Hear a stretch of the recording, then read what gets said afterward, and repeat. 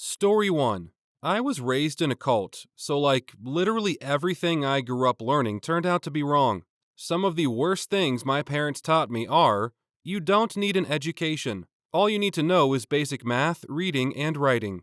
They basically told me that I should get nothing more than an 8th grade education and I would be good enough to get through life. This, however, did not happen.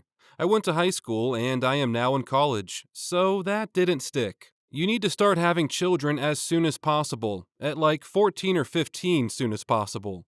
Luckily, my dad was not as into this idea as my mom was. She had her first kid at 15, and he insisted that I be at least 18 before I start having kids or got married. I started going to high school at 15, and I very quickly found out that the way my parents raised me was very much wrong, and my opinions on having kids or getting married were justified. I have never ever wanted them. My mom got kicked out of the homes we were in when I was 11 or 12 for a few reasons. The cult I was in lived in communal homes at times. It was weird. First being, she was a god-awful, genuinely horrible human being that no one could stand. Second, she tried to use me as a way to pay rent once by telling the leader of the home that he could use me. Yeah, he was not into it, and we had to leave the next day, and I lost my only friend because my mother was a psychopath who thought that she could use the people around her to live an easy life. Only good thing I can say about her was that she wasn't an addict, because I fear my life would have been a lot worse if she was. The other reasons were just various things she did and said to other people because she was awful. She refused to work, so I would have to go out and sell garbage to people, basically scamming them for money so that the rent would be paid and we would have money to eat. So, from ages 10 to 12, I had to work almost every day selling stuff so I could live. I was taught that this was how all people lived. Story 2. Before I was totally competent swimming by myself, my mom would put a life jacket on me, tie a long piece of nylon rope to it, and chuck me into the river. She would basically swim me on a leash down the river for fun. Mom, you are the classiest redneck. Story 3. In the summer, my dad used to get us up, myself and 3 siblings, at 9 a.m., give us breakfast, and then boot us out of the house and lock the back and front doors from the inside. We weren't allowed back inside until the streetlights came on, unless it was only using the washroom or getting a drink. Our ages were 10, 9, 7, and 4 the first time he did it, because he told me, "You're old enough to look after them on your own now, and you're not sitting around the house on your fat asses all day." My stepmom never questioned it because she figured that he was just getting us to play outside for a few hours. Once, my second youngest sister, the 7-year-old, got heat stroke, and my dad was pissed that he had to drive us all to the hospital and waste time. Realized when I was 14 or 15 that he just wanted us out of the house so he could drink and watch NHL. We never really questioned why he was kicking us out because the other kids that lived on the street were also outside around the same time as us. Once, we were invited into my brother's friend's house to play his Wii, and we were like, "You're allowed to go inside and play the Wii?" For those concerned with how we ate, yes, we did eat during the day. My dad would sometimes put fruit or something out on the back deck table, but usually we'd get food from friends' parents. We'd find cash lying around and save up enough to get candy from the dollar store. There was a farm near the house, and we'd eat the chives that grew naturally on the side of the property and steal crab apples. Tiny green apples that are super sour from their trees. Story 4. When I became an adult, I was shocked to find out that other families did things with their kids. My mom was a shopper. My dad golfed and played cards at the club. We never had any family activities like hiking, camping, bowling, or anything in the 60s and 70s. When I had things my parents could have come to watch, they never did. My daughter was a good tennis player, and I spent every afternoon and all weekends with her playing. She got a full-ride tennis scholarship in Hawaii for college. I don't think I had one real conversation with my dad. When he was dying, I asked him if he could tell me he was proud of me. He said, "I'll think about it." That stuff screws you up for life. Story 5. I didn't realize how weird it was that when I was in 7th grade, my birthday and Christmas gift was adult magazines. Probably randomly taken from my stepdad's massive collection, like 40 plus large garbage bags full. I ended up having some of the strangest relationships out of anyone I know, and I think it was because it was so weirdly normalized in my house. At the time, I was just annoyed because it was basically a non gift. He had so many of them stored I could have filled my closet and he wouldn't have noticed it gone missing. I didn't have to seek it out. Story 6. Whistling for each other. My mom didn't like yelling up the stairs. Apparently, an easier solution for walking up the stairs and addressing whomever she needed was to stand at the bottom and give a couple of sharp whistles. We would approach the top of the stairs, and from the bottom she'd tell us what she needed. Time for dinner? Whistle. I want you to come downstairs. Whistle. When I whistled for my husband at the time, he got irritated and said he wasn't a dog. I thought about it and I was like, I guess you're right. I now feel like whistling is disrespectful, and I'd never do it. At the same time, I have no problem that this is how our house was. It was more peaceful than shouting, and less work than walking. Just one of those weird family quirks, I guess. Story 7. We were not allowed to have a drink with our meals. It could be the driest food ever, or you could be thirsty as hell, but nope, no water, finish the meal first. Bathing and showering only on Saturday evenings. I must have smelled so bad back then, especially since my dad smoked in the house. It was to save money on the water bill, but a pack of cigarettes a day was in the budget. Story 8. If I had friends over, my mom wouldn't allow me to offer them anything to eat, nor anything to drink except bottled water. They also weren't allowed to use the upstairs washroom. They had to use the tiny one in the basement. They also weren't allowed to sit on any of the couches, and half the time not even on the chairs. Fairly certain my mom was trying to make visits by friends as unwelcoming as possible so they wouldn't visit and ditch me as a friend. She thought that all that mattered was studying and getting good grades, and she was more than willing to sacrifice my social life and happiness to ensure that I got good grades. Story 9. Not flushing the toilet at night. Our toilet used to be fed by a rainwater reservoir that was stored in a cupboard up high in my parents' room. When you flushed, it used to drip for a while and would disturb them. Can't blame them. I just got used to doing it, and when I moved in with my girlfriend, she was disgusted that things were left until the morning. Can't blame her either. Story 10. Changing clothes in the living room and terrace, because parents say it's dirty if you're still wearing outside clothes while going in your bedroom. I just noticed this is weird when I was older and friends came by, and they were surprised when my dad casually stripped to his underwear on our terrace. Parents are still doing it, but not when a total stranger is around now. I talked about how it's weird, but they do it when they already know someone close enough, and I had to warn my boyfriend about it before he came around. He's now getting used to it. Story 11. My family drives everywhere and doesn't stop. Sleep in shifts in the car, share the responsibilities of driving. There are a total of 3 stops in a day: breakfast, lunch, dinner. If you've got to go to the bathroom, you wait until the next stop. There are no other stops. And I legitimately mean that. There is no, but what about, no. I was raised that you have to figure out a way to hold it. 24-hour trips from Minnesota to Texas, 3 stops, maybe 4. 12-hour trip from Minnesota to Indiana, 1 stop. 26 hours to Washington State, 3 stops, maybe 4. That was my standard growing up, and I was used to it.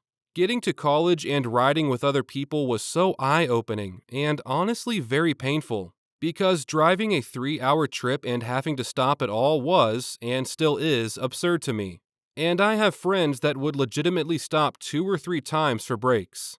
I've relaxed a bit with marriage and kids of my own, but most of the time, I try to cut down on stops as much as possible. Story 12. Giving each other back massages.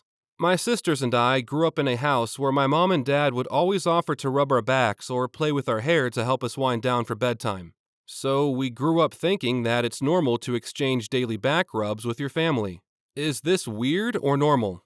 I still don't know, but my sisters and I still do this when we go visit each other, and we seem to be the only family who does. I never see my husband's sisters start a back rub train on the couch while they're watching a movie during Christmas break. It's just us. Starting to think that we are the weird ones. Story 13. My dad isn't really a good person. Growing up, I wasn't allowed to have friends that weren't white, and racial slurs were very common in my house, though my mom secretly hated it. I never made an ass of myself saying this stuff in public, thankfully, but it was definitely weird being in a world that is, in theory, accepting of all cultures, and then coming home and hearing my dad rant about Mexicans or black people and all of the stereotypes and whatnot. My dad really is what most people picture the standard Trump supporter to be. A slightly less depressing thing, my mom kept all of the cooking pans in the oven and would take them out and sit them on the counter when she used the oven. We had plenty of cabinet space, but apparently this has been passed down from her mother, so on and so forth. I'm breaking this cycle because it drives me crazy to have to check the oven every time before I turn it on. Story 14. I thought that everyone's parents taught them how to save money and balance a checkbook. I was a kid during the pre-internet era. It wasn't until I became a Redditor that I discovered most people weren't taught this by their parents. When my parents made scrambled eggs, instead of using milk to make them, they used mustard. I was probably in college before I found out this was not normal. It explained why I didn't like eggs in restaurants. We had to unplug all the heated appliances when we were done using them: toasters, curling irons, etc. I still do that. My parents were very safety oriented. Story 15. My dad and mom are huge geeks and gamers. So were my grandparents. I thought everyone played games together and everyone shared their hobbies with each other. It is still strange to think other families don't play video games or tabletop games together. How do people function when everyone likes different things? I am slowly learning with my boyfriend's mother, but I still feel like a fish out of water when I'm at her house. We eat together. She tells him to cut his hair even though he's an adult who can make his own decisions. We then inform her about our life, which mostly involves video games or comics, neither which she cares about. Then we just make small talk. It's very strange. Story 16. My parents didn't believe in strict medical attention. Multiple elementary school teachers thought I had ADHD. My parents thought otherwise. I would have asthma attacks from allergies and athletics. Parents thought I was faking. Didn't find out that I actually had these issues until I was in college and got diagnosed. Another time, I asked my parents to take me to the doctor because my hand was in serious pain. They refused for 3 months, and when I finally got x-rays, the doctor said I had broken a bone and that the calcium had already built up around it by then. Now, I still don't go to the doctor when I'm sick or get hurt. Story 17. When we had the talk, it wasn't about the birds and the bees. Instead, my mother sat me down one day just before the start of 6th grade, around age 11, and had a very serious talk with me about search warrants and police jurisdiction. I was given specific instructions on what to do if the police ever knocked on the door, and also taught strategies on how to stall the police. I was never really told why this was necessary. I didn't really think much about it until I got a few years older and started coming across pounds of marijuana hidden around the house. And well, let's just say a lot of weird from my childhood suddenly started making sense. For instance, why my parents had so many friends who would only visit for 5 minutes, and sometimes wouldn't visit at all, but would only thrust $100 bills into my hands and tell me to give it to my parents. Why my mom made frequent 10-minute trips to her friend's house and I had to wait in the car. One time after visiting this friend, my mom randomly revealed to me that the friend had a wall safe and told me where it was. How my mom was able to make thousands of dollars a week by cleaning houses. She really did clean houses, but only 2. The houses of an extremely rich attorney and her boyfriend who was a circuit clerk judge. Why my parents were constantly paranoid and obsessed with maintaining appearances. Church, sports, family vacations to places like Disney and the Grand Canyon, Tupperware parties. On the surface, everything always had to look perfect, and I used to get so frustrated at how fake everything was. That was before I knew the truth. Story 18. When I was younger, there was no being grounded in our house. If I did something wrong, I had to sit on the steps where I had a perfect view of my siblings having fun.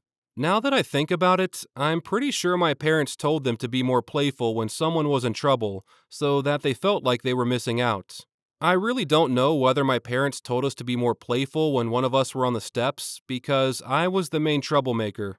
but they certainly would encourage play by saying, "All right, you guys can ride the razor scooters inside for a little bit." That's never a thing when I'm not on these steps. This is a very effective punishment that conserves time and resources. It can also be applied effectively elsewhere. To illustrate, the school at which I used to teach had a detention room, which was an old classroom with plain white walls, some desks and chairs, and a large analog clock at the front. That was it. Detention was given in 5-minute increments, and students entered the room with nothing but their clothing, after emptying their pockets. Each student had to sit in the room with their hands on the desk until their detention time was up. With nothing to do but stare at the clock, each 5-minute increment felt like an hour. In fact, even the biggest rebel in the school never landed himself more than 15 minutes at a time. This system was good for teachers as well, because having hours of detention for students means that at least one teacher is staying at school during that time as well. Story 19. Not really weird per se, but there is a story that comes to mind that I didn't understand until much later in life. When I was a little kid in the early 80s, maybe 6 or 7, before my parents divorced, they used to keep an upside-down frisbee under the living room couch that I was forbidden to touch. Well, one afternoon while I was at home with the babysitter, my dad came home from work to find me in the backyard playing with that frisbee, and he freaked out. Turns out they kept their pot in the frisbee, and being a kid, I didn't know what all the greenery was, so I just dumped it out in the yard before playing with the frisbee, thinking it was grass clippings or something. Story 20. Constant fighting that would sometimes get physical was normal in my household. The first time I went over to a friend's house and the parents touched and said loving things to each other, I was shocked. Then her parents floored me by actually listening to what she was talking about and asked her questions about her day and answered her when she had a question. I had no idea that adults listen to kids. Ever. I also had no idea how abusive my family was until then. It was shocking to me. Also, I moved out when I was 16 and I was consistently getting good grades. My grandmother bought me a present for doing well. Positive reinforcement was such a strange concept that I asked what I had to do to repay her for the gift. As an adult in my 30s, I see the way a person is supposed to behave towards children. And my niece, who lives with me, is being treated like a person and not a burden. When her friends come over, I can see the ones that are being raised like I was and try to be the best role model I can be for them. Story 21. So, there were too many kids in my family for all of us to keep track of our own toothbrushes. My mom tried labeling them or color coding a few times, but the lifelong habit of just grabbing the freshest looking toothbrush and using it was too deeply ingrained. So it stuck. She later explained that she figured we'd probably all get sick when one got sick anyway, and she had a theory it was good for our immune systems. Eventually, we kids realized this isn't how all families manage their dental hygiene, but probably not till college. Fast forward to present day. The first time my brother brought his girlfriend home to meet the family, everyone was home for the holidays. She woke up on morning one and pulled him aside to see if he had any extra toothbrushes. She said she thought someone had gotten mixed up and used hers by accident after she left it in the bathroom. He had to explain to her that it isn't safe to leave your toothbrush in the bathroom at our house, especially if it's the freshest looking one. I don't think she ever looked at us the same again, and I can't blame her. There's way more where this tidbit came from, as you may expect.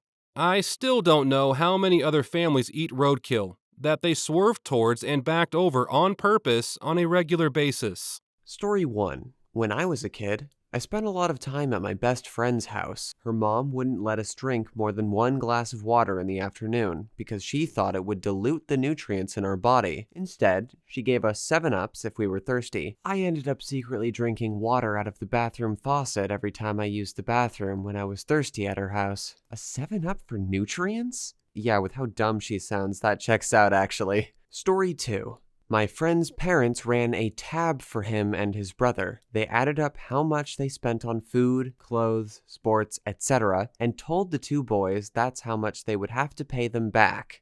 I remember once we got yelled at for eating his dad's snacks, and he added it to the tab. When they graduated, the parents cleared the tab for their graduation gift, so basically they got nothing other than a reminder of how much they cost. Story 3. My wife once had a friend over for a sleepover when she was little. Suddenly, their mom showed up to take them home. Apparently, the friend had seen beer in the fridge and called her mom crying because of it. They were not allowed to look at, talk about, think about, and especially drink beer. Scared her so much that she called her mom to come get her. Story 4. I knew a guy who, in his 20s, still had a bedtime enforced. He had to be in bed by 8 p.m., and if he was sleeping over at a friend's house, in this case at my house during my 21st birthday party, he had to phone his dad at 8 p.m. to say he was going to bed. He didn't go to bed though, at least. Story 5. My great uncle only allowed for 1 bowl, 1 plate, 1 spoon, 1 fork, 1 knife, 1 cup, and 1 light bulb in his house. He was married with 3 kids. He ate first, then the wife, then the kids by age. When he went into another room, the light bulb followed. Story 6. Wasn't necessarily a rule, but I had a good friend whose mom had locks installed on all the kitchen cabinets to prevent her only child from eating when he wasn't supposed to.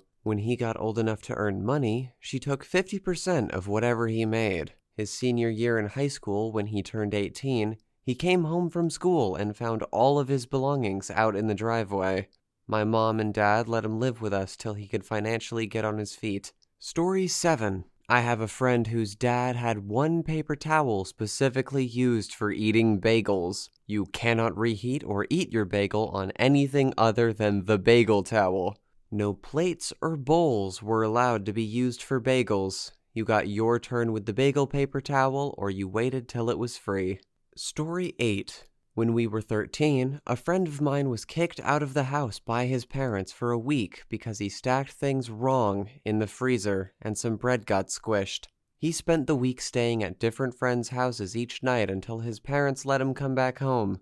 The mom was super religious and tended to be pretty strict, but tried, unsuccessfully, to hide it when any of our group were at their house. The stepdad wasn't allowed to have much input when it came to any punishments, because he wasn't the bio dad. My friend and his sister were always punished pretty much immediately by the mom, and stepdad would just kinda disappear.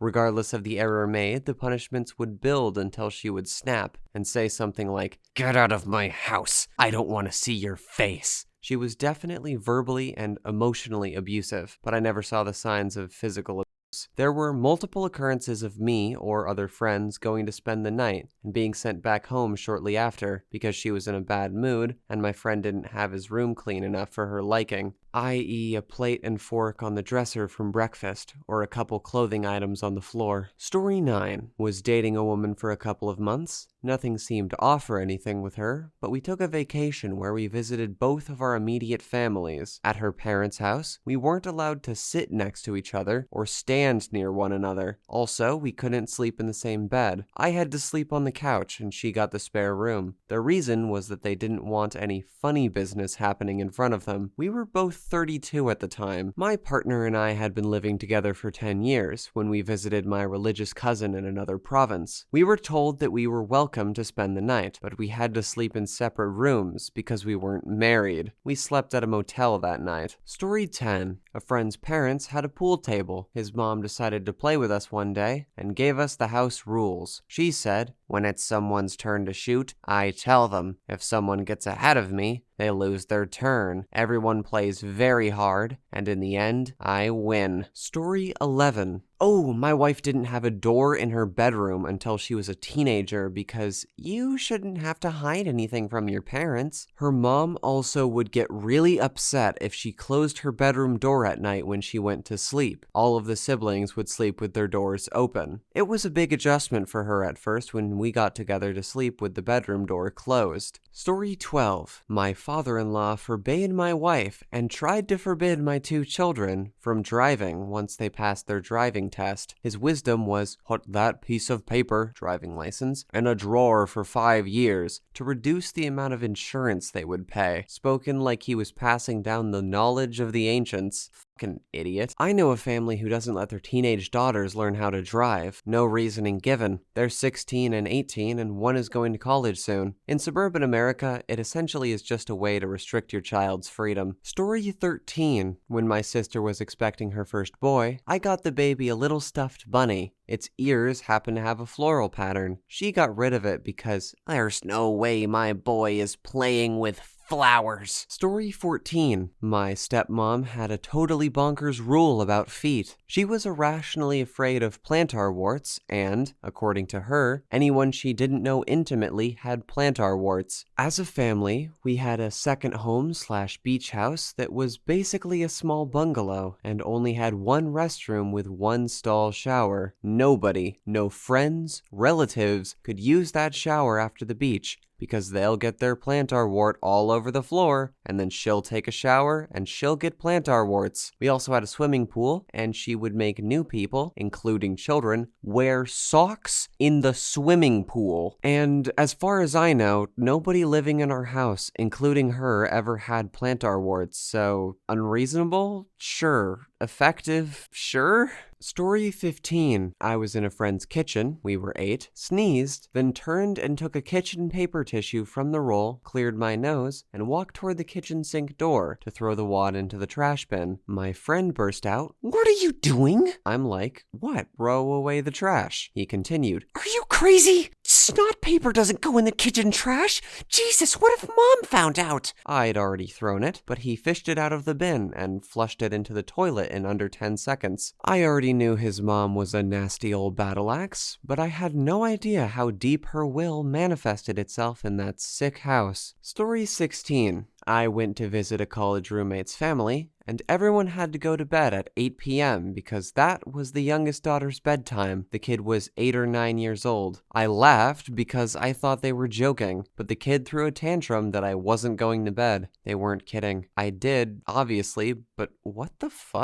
The next day, the parents told me it would be best if I just head on back to college a day early. Yeah, no kidding. Bye. My roommate thought I was the asshole. I laughed at her too. Story 17. That guests have to pay for their stay. They invited me for dinner, then calculated how many minutes I was over, charged for my portion of food, drink, electricity, and water usage. Yes, they counted toilet flushing and timed me on hand washing. I could never do this to anyone. Story 18. Extreme politeness. One of my friend's moms had very strict rules about politeness. I once went to this friend's house as a kid, and she offered me something to drink. I said yes please and thank you once she gave me the drink. The next day at school, she told me her mom was upset and wasn't sure if I was allowed to come back. According to her, the mom, I should have said yes, thank you for offering me this drink, and then thank you again after getting the drink. Both yes please and yes thank you are correct in my language. In the end, I was allowed to go back, but that's such a weird reason to be mad at a kid. We also weren't allowed to call something ugly or say that something tastes or smells bad. Instead, we had to say, "I don't like how it looks/smells/tastes." Small edit to clarify that part. We weren't allowed to use these phrases at all when she was watching us, ever. You accidentally ate some food that went bad? It's not gross, you just don't like it. Story 19. I had a friend in 5th grade, and her mother was legitimately insane. She wouldn't let her daughter come to my house because we had carpeted. I think she had some Munchausen by proxy, because she was convinced her child was allergic to everything, including dust mites and any innocuous dirt in the carpet.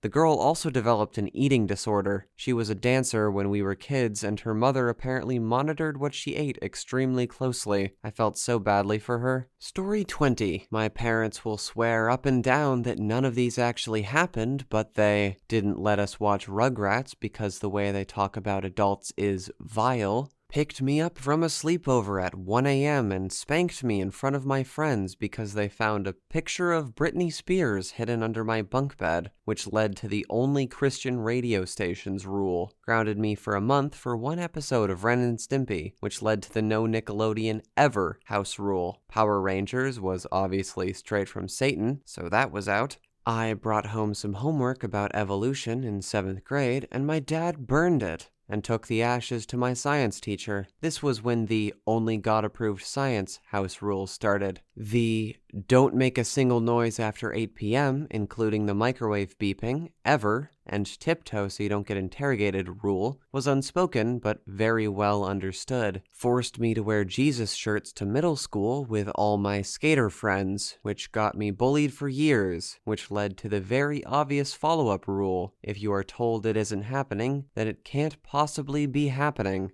The list goes on. Religious folks are fucking weird. Story 21. When I was a kid, my friend's mom was a little nuts. She had a sitting room with a couch and a love seat that nobody was ever allowed to sit on. You had to walk through it to get to the rest of the house, and it led to the kitchen and then the living room. If you sat on the furniture in the sitting room, she'd throw a fit. I always felt like it was such a waste to have such a nice room and never use it. It would have been a perfect study room or reading room. She also had other crazy rules, like punishing my friend when his little sister did anything wrong, as if he was responsible for her actions and looking out for her. This was totally a thing. The formal sitting room, only used for company, but also the only company important enough to sit there was like the Queen of England. And we're American. My in-laws had the same room. The first time my husband sat on the couch, which had been there for the entirety of his memory, was when they were selling the furniture before moving. It also was the first room you entered from the door.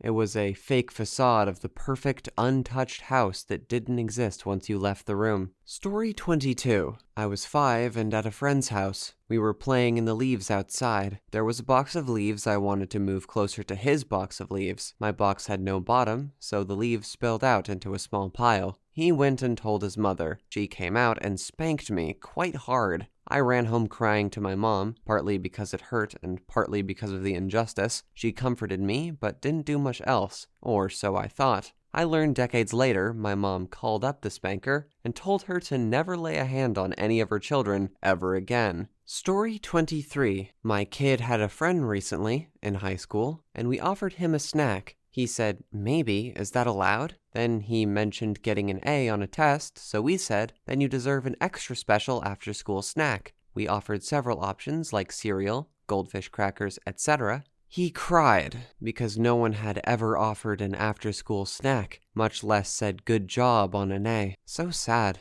Whenever I had friends over as a kid, my mom would say something like, "We'll probably forget to offer you anything, but please help yourself to anything in the fridge or pantry if you get hungry." She would still offer, though, if she was making something for herself later or it was lunchtime. I didn't think much of it at the time. Honestly, I thought it seemed a little overboard sometimes. But now I know she did that because you never really know what someone's situation is at home. Maybe they struggle to afford enough food. Maybe there's abuse or neglect going on. Kids in those situations may have also been taught not to ask or accept things from other people, or might have shame or guilt around it. She wanted to make sure that if anyone was hungry in our house, that they got fed and knew they didn't have to feel bad about it. Story 24. There was a kid in my neighborhood growing up that was not allowed to chew gum. He soaked a piece of leather in sugar water and chomped on that. His parents were some strange religious nuts. They would scream about the devil if you knocked on their door Halloween night. Story 25. We weren't allowed to interact with anyone outside the family. Mom and Dad were afraid of liberals, communists, atheists, Satanists, demons, gay people, and most other religions, so they didn't want to risk us being exposed to the notion of tolerance.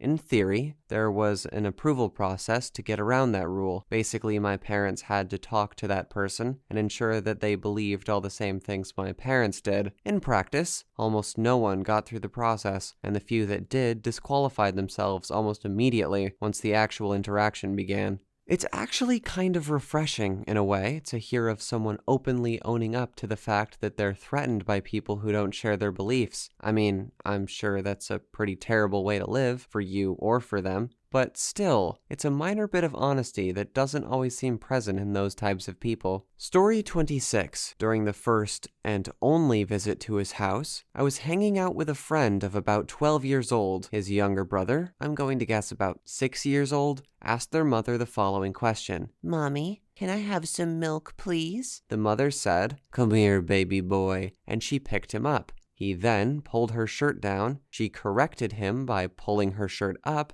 and he started drinking. It is vividly imprinted in my mind, because as a 12-year-old, this was one of the sexiest and grossest things I could have ever conceived of happening directly in front of me. Luckily, I was able to keep a straight face, and it only lasted for about 20 seconds. My friend acted like nothing was amiss, and he just kept on with the conversation, which horrified me, but also helped me pretend it wasn't happening. So I guess a lack of rules was a weird rule? It just seemed like an odd thing to do in front of a first-time visitor. I will also say that I was blown away that a 6-year-old was still breastfeeding, and it has stuck with me for many years until this very post at this very moment. Apparently, according to a 2-minute Google, nursing at that age isn't all that strange around the world. Another one is that my mother-in-law has trained each of her pets, cats and dogs, to wipe their asses on an ass-cleaning mat every time they poop. It's completely practical, but also hilariously ridiculous. Story 27. In college, I worked on a project with a girl who had to call her mother every time she relocated on campus, like when she left a location and then again when she arrived at the next location. So when she moved from the cafeteria to the library, or when we took a break to go get a coffee, and when we left to go back to our dorms, when class started, when she left class, had to call her mom. I avoided her for the rest of college.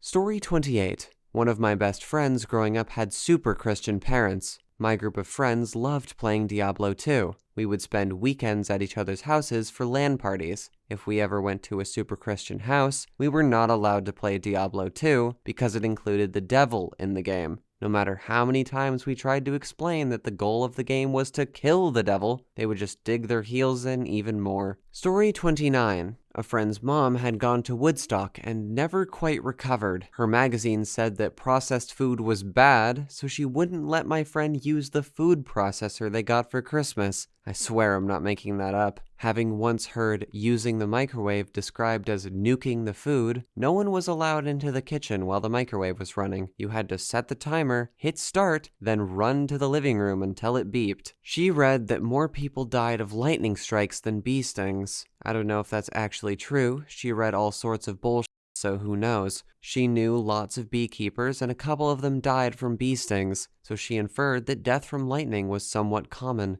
When a thunderstorm was blowing in, and in southwest Missouri that was all the damn time, she made everyone sit in the middle of the living room. It wasn't enough to be indoors, you had to be many feet away from any closed window. My buddy practically lived at my house. Story 30. I once went to someone's house, and their mom wouldn't let them drink milk unless they watered it down. It was like that for every drink they drank too. Didn't matter if it was milk, a fizzy drink, or juice. It had to be watered down.